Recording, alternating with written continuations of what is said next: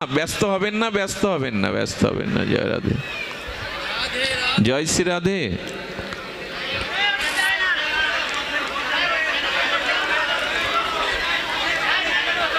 জয় রাধে, জয় রাধে।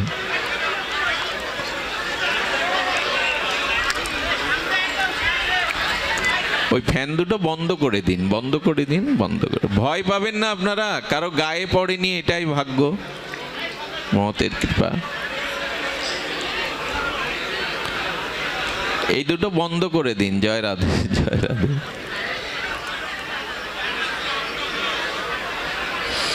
জয় শ্রী রাধে, জয় রাধে, জয় রাধে।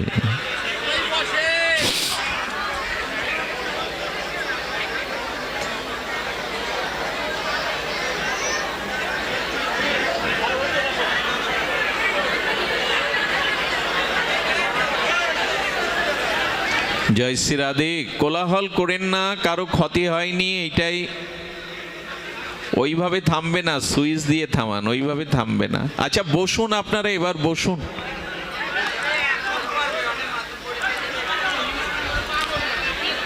তারে হাত দিয়ে না। জয় রাধে। এক একজন বুঝলে তো হবে না, যারা আছে ডেকোরেটরের লোক ওদের ডাকুন। সবাই বসুন, বসুন। কারো গায়ে পড়েনি, এটা রাধা মাধবীর কৃপা। ভগবত পরিমণ্ডলে কারো ক্ষতি হয়নি, এটাই তার করুণা। জয় রাধে, জয় রাধে। জয় নিতাই গৌর প্রেমানন্দ। আমি বিশ্রাম দিচ্ছি, আমি আলোচনায় বিশ্রাম যাচ্ছি। দয়া করে যেটা আমরা একটু সূচনা করেছিলাম তার বিশ্রাম নিতে দিন। বসুন সকলে। ডেকোরেটরের লোকজন থাকলে ফ্যান দুটো অফ করে দিন। জয় রাধে, জয় রাধে। বসুন। সুধীজন, তোমার ইচ্ছাই মঙ্গল, এই ভাবনাটি ভাবুন। সুদামা বিপ্র বলেছিল, কৃষ্ণ না তুমি আমায় কিছু দিতে পারবে, না আমি কোনোদিন তোমায় কিছু দেব। যদি এই সত্যে রাজি থাকো তবে আজ থেকে বন্ধুত্বের হাত বাড়িয়ে দাও। সুধীবৃন্দ, সুদামার সত্য ছিল যে আমি তোমার কাছে কিছু চাইবো না, তুমিও আমার কাছে কিছু দিতে পারবে না। সুদামা বিপ্র জগতে জানিয়ে দিল, এই হলো ভগবানের সাথে সম্বন্ধ। আমার কোনো প্রয়োজন হলেও তুমি আমায় কিছু দেবে না। তোমার নাম ছাড়া, তোমার চরণে ভক্তি ছাড়া তুমি আমায় কিছু দেবে না। দেখুন, জয় শ্রী রাধে।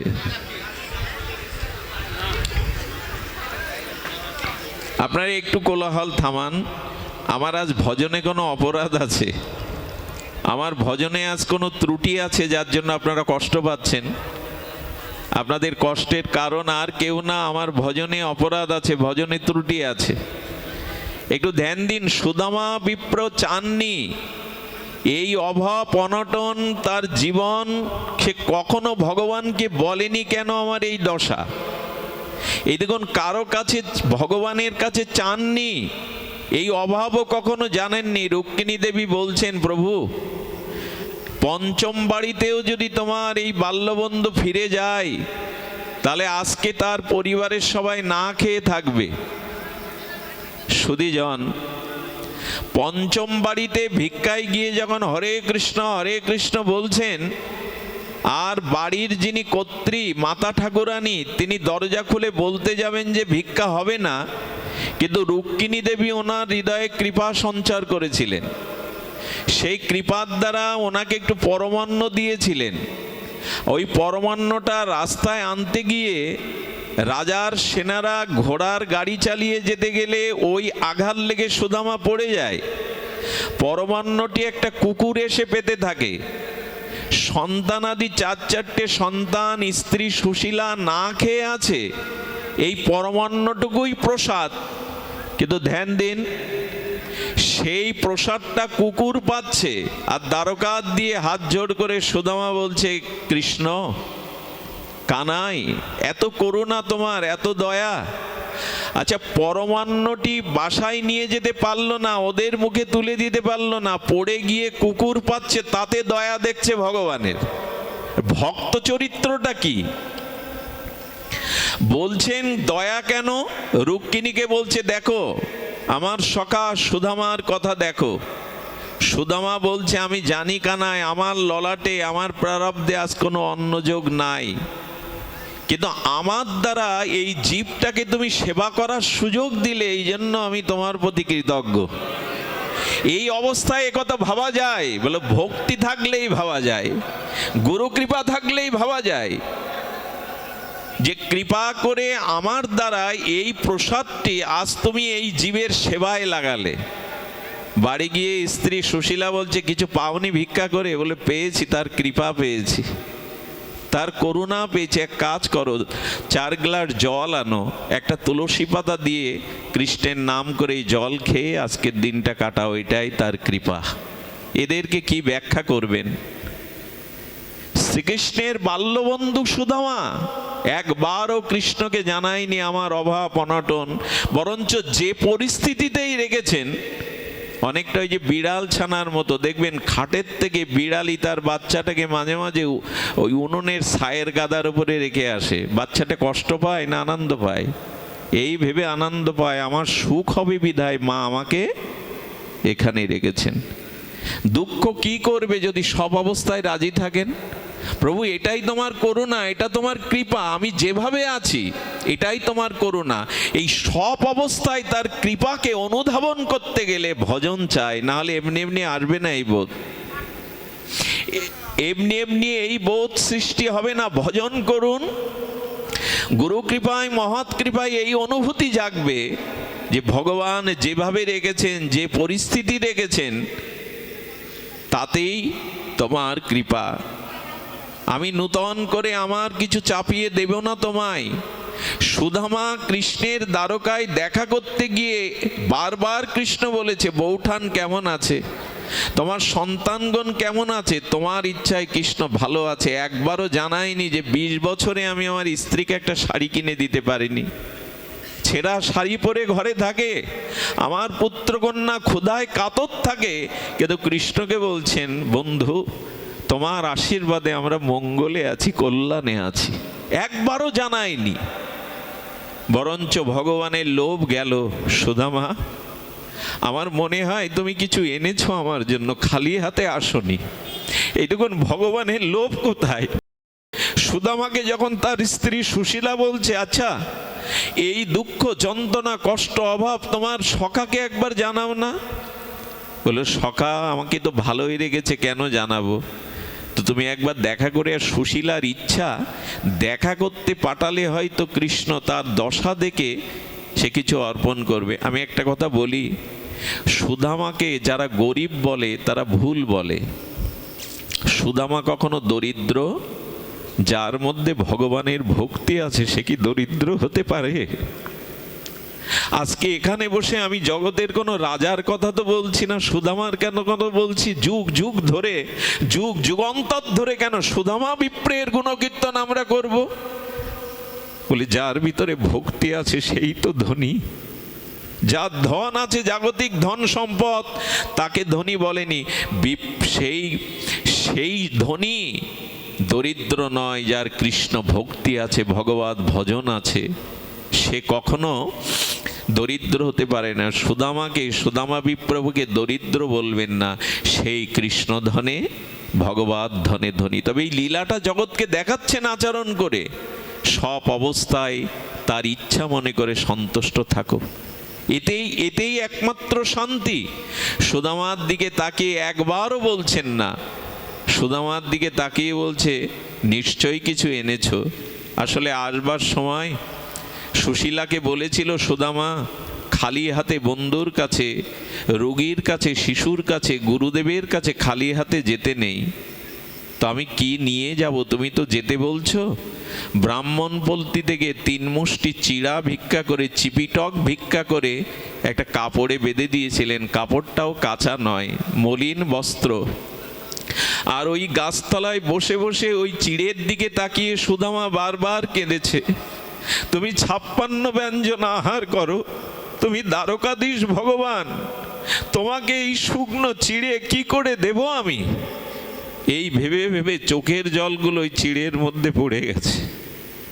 চিড়েগুলো কৃষ্ণের সামনে সারার চেষ্টা করছিলেন সুদামা। এই দেখুন, ভক্তি ভগবানকেও ব্যাকুল করে দেয়, ভগবানকে উতলা করে দেয়। বারবার কৃষ্ণ বলছেন, সখা নিশ্চয় বৌঠান আমার জন্য কিছু পাঠিয়েছে, আর বারবার কেন তুমি ওই দিকে তাকাচ্ছ? কি ওটা? পুডলিতে কি আছে দাও তো। সুধীবৃন্দ, ও কি দেওয়ার জিনিস? একে তো ভিক্ষা করা চিপিটক, তারপরে নোনা জল, চোখের জল গড়িয়ে গড়িয়ে চিড়েগুলো ভিজে গেছে। সুদামা বলতে, ও কিছু না রে, মলিন কাপড়। কৃষ্ণ ওটা নিয়েই আর খুলে এক মুষ্টি মুখে দিলে যে আনন্দ পেয়েছিলেন, যে প্রসন্নতা এসেছিল, রাজভোগেও তা আসেনি। রুক্মিণী এসে হাত এঁটে ধরেছিল, প্রভু এক মুষ্টিতে তোমার এত প্রসন্ন, বাকিটুকু আমাদের দাও, আমরা একটু প্রসন্ন হই। কি আছে ওর মধ্যে? এই সুদামা বিপ্রই আমাদের গৌর লীলাতে এসেছিলেন শুক্লম্বর ব্রহ্মচারী হয়ে। ভগবানেরও রীতি দেখুন, ওই সুদামাকে গৌর লীলাতে, নবদ্বীপ লীলাতে শুক্লম্বর ব্রহ্মচারী করে আনলেন। ওনার কাজ কি? ওই কয়েকবারই ভিক্ষা করা, চালগুলো ফুটিয়ে গৌর হরিকে নিবেদন করে তবে পাওয়া। মহাপ্রভু শুক্লম্বরকে দেখে আনন্দে কীর্তন করতে করতে বলছে, শুক্লম্বর এদিকে এসো। কীর্তনে স্তিমিত করে প্রভু ওর মধ্যে হাত প্রবেশ করিয়ে দিয়েছেন, মুষ্টিবদ্ধ করে সেই চাউল চিবাতে শুরু করেছেন। গত জন্মের একই অভ্যাস, তো অভ্যাস কখনো যায়? ওই পুডলি থেকে চিড়ে পেয়েছিলেন, আজকে তারই ভিক্ষার ঝুলি থেকে তন্ডুলটা মুষ্টিবদ্ধ করে চিবাতে শুরু করেছেন। কি বলবো আপনাদের, এ জগতে ভগবানের আস্বাদ্য অন্য কিছু না, ভক্তি ছাড়া। ভগবান নৃত্য করতে শুরু করলেন। শুক্লম্বর, আমার জানা ছিল না গো, ভক্তের পাত্রেও যে ভক্তি মিশানো থাকে, এ আমার জানা ছিল না। আর এই শুকনো চাউল যাতে কাকর ধান আছে, তা এত মধুময় হতে পারে? দেখুন, ভক্তের পরিধেয় বস্ত্রের মধ্যেও ভক্তির কণা থাকে। এর একটা দৃষ্টান্ত আছে। শ্রীধরের গৃহে যেদিন মহাপ্রভু গিয়েছিলেন, শ্রীধরের গৃহে নিত্য কীর্তন করতে করতে প্রভুর পিপাসা পায়, কিন্তু শ্রীধরের গৃহে ভালো কোনো জলের পাত্র ছিল না যেটা দিয়ে মহাপ্রভুকে সেবা দেবে। কি ছিল জানেন? একটা লোহার পাত্র, বহুবার তালি দিয়ে আনা, লোহা দিয়ে তালি দিয়ে আনা, ওই পাত্রে কিছুটা জল ছিল। মহাপ্রভু কীর্তন করতে করতে সেই লোহার জরাজীর্ণ পাত্রে জলটুকু পান করে নৃত্য করে বলছে, ভক্তগণ ভক্তি পেতে চাও? তবে শ্রীধরের এই পাত্রের মধ্যে ভক্তি পাবে, এই জল পান করো। ভক্তি ভক্তের পাত্রেও থেকে যায়। শ্রীধর বলছেন, বা গৌর হরি বাহ, এসেছো কাঙালের গৃহে, এক গ্লাস পানীয় শীতল জল তোমাকে দেওয়ার মতো সামর্থ্য নেই বলি তুমি এই পাত্রে পান করবে? শ্রীধরকে জড়িয়ে ধরে প্রভু বলেছিল, ভক্তের পাত্রেও যে প্রেম ভক্তি মাখা, এটা আজ জানলাম। চাউলটা পেয়ে মহাপ্রভু আনন্দে প্রেমে এত উন্মত্ত হয়ে গেছেন। শুক্লম্বরকে বলছে, শুক্লম্বর একটা বর তো তোমায় নিতে হবে আজ। গৌর হরি, তোমার চরণ যারা পেয়েছে তাদের তো আর পাওয়ার কিছু বাকি থাকে না। তোমার চরণ পেয়েছি, তোমার চরণেই তো সব, আমার তো পাওয়ার কোনো অপেক্ষা নেই। এরাই, এই চরিত্রগুলোই আমাদের অনুধাবনযোগ্য, অনুভূতির দ্বারা বুঝতে হবে। মহাপ্রভু সাক্ষাৎ পরিকর এরা। আর ভিক্ষা করে ওই মুষ্টি চাউল ফুটিয়ে তবে জীবন ধারণ করে। সে বলছে তোমার চরণ পেয়েছি, আর তো কিছু পাওয়ার নেই। মহাপ্রভু আনন্দে আর বলছেন, আজকে না চাইলেও তোমায় বর দেব। শোনো শুক্লম্বর, আমি তোমায় এই বর দিলাম, তুমি জন্ম জন্ম ভিখারি হও। ভজন করবে কি মানুষ ভিখারি হতে, কাঙাল হতে? কিন্তু এই দেখুন, বলে ভিখারি হও। এই বর পেয়ে শুক্লম্বর এত চিত্তে আনন্দ পেয়েছে, গড়াগড়ি দিতে দিতে গৌর চরণে বলছেন, তবে দিয়েছ যখন আরেকটি বর যে চাই। আরেকটি, একটু আগে বললে তোমার কোনো চাওয়া নেই, বললে তোমার এই বর দেওয়া দেখে লোভ জেগেছে, আরেকটি বর দাও গৌর সুন্দর। কি বর চাও? তো জন্ম জন্ম আমি ভিখারি হব, আর সেই ভিখারির ঝোলা থেকে এমনি করে কেড়ে কেড়ে খাবে কাঙালের হরি হয়ে, এই বর দাও। তুমিও কেড়ে খাবে। এর মধ্যে তো চাওয়া পাওয়া কিছু নেই, এর মধ্যে তো আদান প্রদান কিছু নেই, শুধু আছে প্রীতির আদান প্রদান, এই অহেতুকি প্রেম, এই অহেতুকি সেবা ভাবনা। এটার মধ্যে দিয়েই আমাদের করুণা, আমাদের কৃপা। সুধীবৃন্দ, আমরা যে মহাপ্রভুর যুগের, বন্ধু সুন্দরের যুগের, আমরা যে নিতাই চাঁদের করুণার যুগের মানুষ, আমাদের এত হাহাকার মানায় না। মহাপ্রভু প্রেম দৃষ্টি দিয়ে জগৎকে ভাসিয়েছেন, কাউকে বঞ্চিত করেননি তিনি। মহাপ্রভু দেখুন, আমি পতিত হতে পারি, কিন্তু ভরসা ওইটুকু তিনি পতিত পাবন। আমি পতিত, এতে আমার ভয় নাই, কারণ তোমার নাম তো পতিত পাবন, উদ্ধারণ হয়ে তুমি এসেছো। এটাই তো আমার ভরসার জায়গা, অন্ধকারে আলোর এই হলো ভরসা, যে তুমি আছো প্রভু। মহাপ্রভু একবার বনপথে যাচ্ছিলেন, জানেন, এই বনপথে যেতে যেতে এক দস্যু, এটা আমি এক মহতের শ্রীমুখ নির্গলিত আলোচনায় শ্রবণ করেছিলাম। যদি গ্রন্থের নাম জানতে চান, গ্রন্থটা আজও আমি পাইনি, তবে লীলাটি মহৎ শ্রীমুখে শ্রবণ করা। সুধীবৃন্দ, মহাপ্রভু যাচ্ছেন, বিষ্ণুপ্রিয়ার প্রাণধন সেই রাধা ভাবোদ্যুতি সুবলিত তনু, রসরাজ মহাভাব মিলিত তনু, সেই রাধাভাবী বিবাহিত বদনে হরিনাম, নয়নে প্রেমের দৃষ্টি আজ অনুলম্বিত, বাহু প্রসারিত করে প্রভু চলেছেন।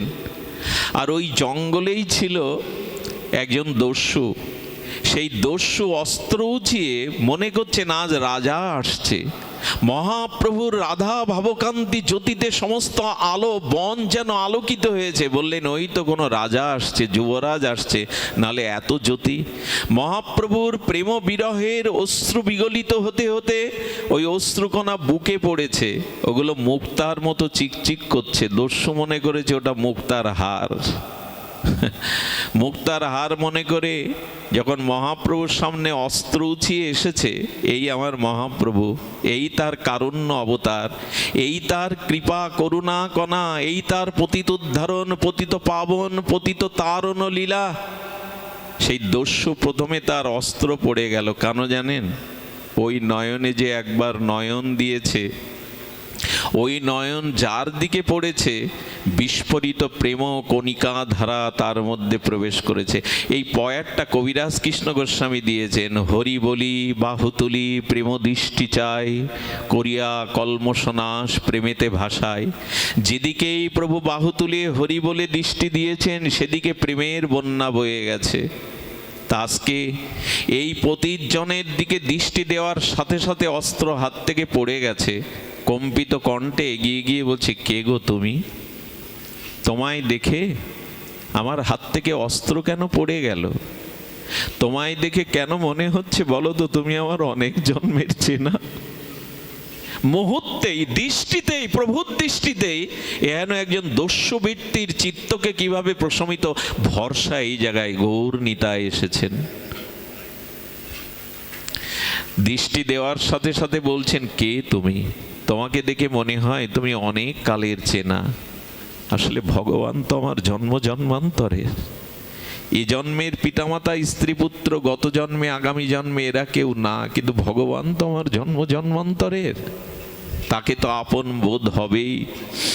বলছেন, আমি তোমারই, তোমার জন্য এসেছি, এসো। বাহু বাড়িয়ে দিলেন। এমন পতিতজনকে কৃপা করবার জন্য গৌর হরি আজানুলম্বিত ভুজ বাড়িয়ে দিলেন, বুকে টেনে নিলেন, তাকে প্রেম সঞ্চার করলেন। জানা যায় প্রভু একে নিয়ে এই বনমাঝে কীর্তন করতেন। প্রভু কীর্তন করতে করতে ঘরমুক্ত হলে এই দস্যুবৃত্তি চিত্ত থেকে প্রশমিত হয়, ইনি আঁচল দিয়ে প্রভুর ঘর্ম মুছিয়ে দিতেন। পদকর্তা বলছেন, ওগো বিষ্ণুপ্রিয়াও যে সেবার ভাগ্য পায়নি, আজ তুমি সেই ভাগ্য পেলে। প্রভু এমন দাতা শিরোমণি, বধূ বিষ্ণুপ্রিয়া যে ভাগ্য পেল না গৃহে, আজ বনে তুমি পেলে। মহাপ্রভুর কোলেই ইনি মাথা রেখে শেষ নিঃশ্বাস ত্যাগ করেছিলেন। প্রভু তাকে বেড়ি কীর্তন করে ওখানে সমাধি দিয়ে প্রভু ব্রজের পথে চলেছিলেন। এমন পতিত পাবন উদ্ধারে যদি বাদ পড়ে যায়, আমাদের আর গতি কি হবে? এমন করুণার অবতারে যদি বাদ পড়ে যায় তো আমাদের কি হবে? মহাপ্রভু আমাদের জন্য কাঁদছেন, এর থেকে বড় করুণা কৃপার সংবাদ আর কি হতে পারে? জীবের লাগিয়া কাঁদে প্রভু উচ্চেশ্বরে। এই পয়ারটা না যতবার বলি ততবার হৃদয় ছুঁয়ে যায়। আচ্ছা, মহাপ্রভুর এই পয়ারটা যদি এমন কৃষ্ণ গোস্বামী, ভক্তের লাগিয়া কাঁদে প্রভু উচ্চেশ্বরে, ভক্তের জন্য তুমি কাঁদতে পারো, ভক্ত তোমার, কিন্তু পয়ারটা কি বলছেন? জীবের লাগিয়া কাঁদে প্রভু উচ্চেশ্বরে। আমাদের মতো জীবের জন্যও তিনি কাঁদছেন, আর তার কান্নার শেষ ছিল না।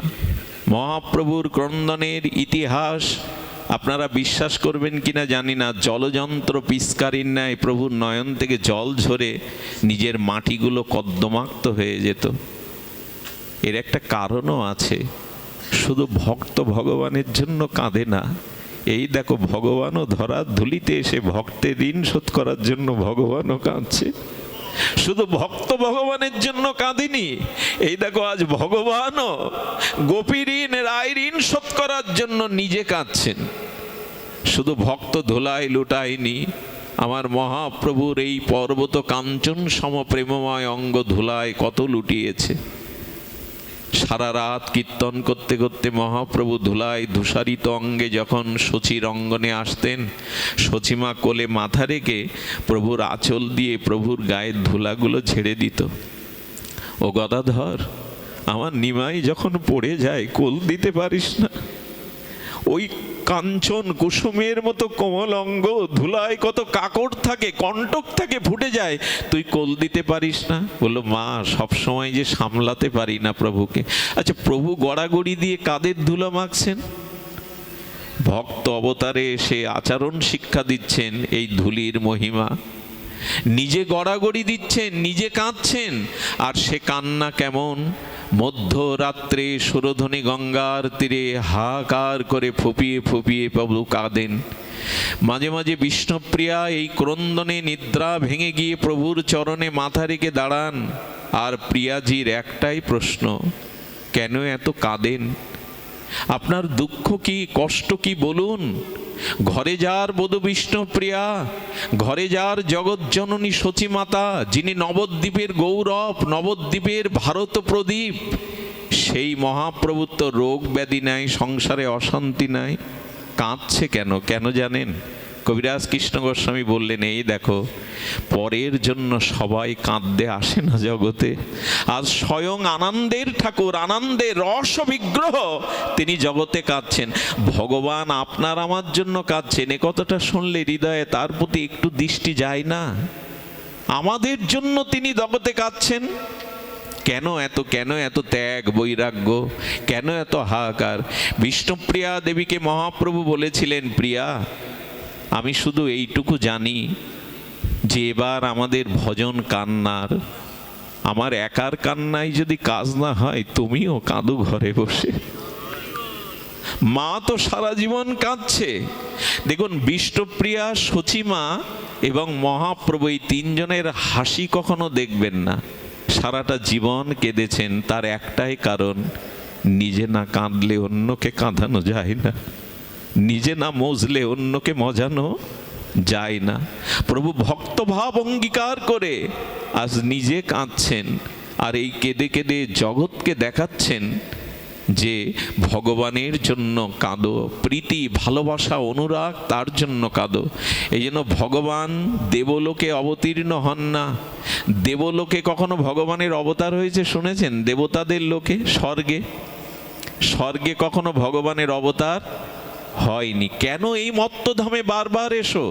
বলে, তুমি যে আমার জীব যদি কষ্ট পায়, যন্ত্রণা পায়, জন্ম মৃত্যু চক্রে আবদ্ধ হয়, আমি তা সহ্য করতে পারি না, তাই তো বারবার নেমে আসি, প্রেমের বাহুযুগল বাড়িয়ে তোমাদেরকে টানি। রক্ত ঝরিয়েও যে নিত্যানন্দ জগাই মাধাইকে কৃপা করলো, সেই যুগের মানুষ হয়ে আমাদের ভয় কি? যদি পতিত হয়ে থাকি, স্খলিত হয়েও থাকি, যদি পাপ তাপ হৃদয়ে অনাদিকালের কুসংস্কার থেকেও থাকে, বলে একবার গৌর বলো, একবার নিতাই বলো, একবার করুণা সিক্ত হয়ে বলো, হৃদয় দিয়ে বলো, তিনি গ্রহণ করবেন। আর সর্বোপরি যেটা বিশ্রাম কথা, সেটি আজ আমাদের আঙিনার প্রভু আমাকে শ্রী শ্রী রাধা রসামৃত একটি গ্রন্থ এখানে রেখেছেন। সর্বোপরি এই যুগ রাধারানীর করুণার যুগ, এই যুগ প্রিয়াজির করুণার যুগ, এই যুগ রাধারানীর কারণ্য করুণা কৃপার যুগ। রাধারানীর কৃপা যদি আমরা শুনি তা বড় বিস্ময়কর। ঠাকুরানী মধ্যরাত্রে চলেছেন অভিসারিকা হয়ে, আর চলতে চলতে ঠাকুরানীর শ্রীচরণে কি একটা ঠিকলো। উনি পেছনে ফিরে ললিতা সখীকে বলছে, ললিতা দেখ তো আমার চরণে কি যেন বেঁধে গেল। আরে রাধে, তোমাকে আবার স্নান করতে হবে, আবার শৃঙ্গার করতে হবে, তবেই নিত্যলীলায় প্রবেশ। বলে কেন? বলে একটা মৃত শিবা অর্থাৎ শৃগাল পড়ে আছে। সকালবেলা ছোট বাছুরগুলিকে শৃগাল জ্বালাতন করছিল, লাঠি দিয়ে মারতে গিয়ে ওরা মরে পড়ে আছে একটা শৃগাল। রাধারানী এসে বললেন, ললিতা আমার চরণ যার গায়ে লাগে সে কি শৃগাল হতে পারে? তাকিয়ে দেখ, অন্য কেউ ওখানে শুয়ে পড়ে আছে। রাধারানীর এই মুখের কথার সঙ্গে সঙ্গে ললিতা তাকিয়ে দেখে 14 বছরের এক দিব্য কিশোরীমণি ওখানে পড়ে আছে। আমি গল্প শোনাচ্ছি না আপনাদের, এটা করুণা রাধারানী কৃপার যুগ। রাধারানীর চরণে এই সখী প্রণাম করে বললেন, এত করুণা তোমার, এত কৃপা তোমার। আমি ছিলাম শৃগাল, তোমার চরণ ধুলি শ্রীঅঙ্গে লাগাতে আমি এখন মঞ্জুরি হয়ে গেছি রাধারানী। তবে আর একটা বর দাও, এত করুণা তোমার যখন আরেকটি বর দাও। কি বর? আজ থেকে এই স্থানটার নাম একটি নামকরণ করবে, আর এইখানে যারা তাদের মৃত সবকে পোড়াবে তাদের যেন গতি হয়, তারা যেন তোমার কৃপা পায়। ওই থেকে ওই স্থানটার নাম হয় শিবাখোর। রাধাকুণ্ডে যারা যান এই স্থানটা দেখে আসবেন। এখানে ব্রজবাসীদের আর দাহ করা হয়। আমি এই নিবেদন করি, রাধারানীর করুণা ভাবকান্তি নিয়ে গৌর এলেন, নিতাই চাঁদ এলেন, বন্ধু সুন্দর এলেন, আমরা যেন বাদ না পড়ি। আমি শুরু করেছিলাম যে বাণী দিয়ে, আচার্যদের সেই প্রকারণ দিয়ে, আবার তাই দিয়ে বিশ্রাম করি। কি বলা হয়েছে? যে হরি স্মরণ বিস্মৃতি হলেই কিন্তু আমাদের সর্ব বিপত্তি। এই জন্য শ্রী হরি স্মরণ সর্ব বিপদ বিমোক্ষণম। ভগবানের স্মৃতি যদি জিগরায়ে থাকে, সর্ব বিপদ হকে অকল্যাণ থেকে আমরা নিষ্কৃতি পাব। এই বর্ষণমুখর দিনে আপনাদের মাঝে আসতে পারাটাও একটি ভাগ্যের ব্যাপার। অনেক দূর থেকে আসা, আপনাদের মনে আনন্দ দেওয়ার মতো সক্ষমতা ভজন সাধন কৃপাশক্তি এই জীবাধমের নাই। যতটুকু কৃপা করেছেন সেটি আপনাদের করুণার দৃষ্টি, কৃপার দৃষ্টি। বাকি এই অনুষ্ঠান পর্বগুলি যাতে সুমঙ্গল সাধিত হয়, যাতে ফলবতী হয়, আপনারা সেই প্রার্থনাই করবেন। আপনাদের চরণে মাথা রেখে আবারও দণ্ডবত প্রণতি জানিয়ে হরিকথার আজকের মতো এখানেই বিশ্রাম। আপনারা করুণা করবেন, কৃপা রাখবেন। জয় শ্রী গুরু প্রেমানন্দে গৌর হরি বল। জয় শ্রী রাধে। আজকে কি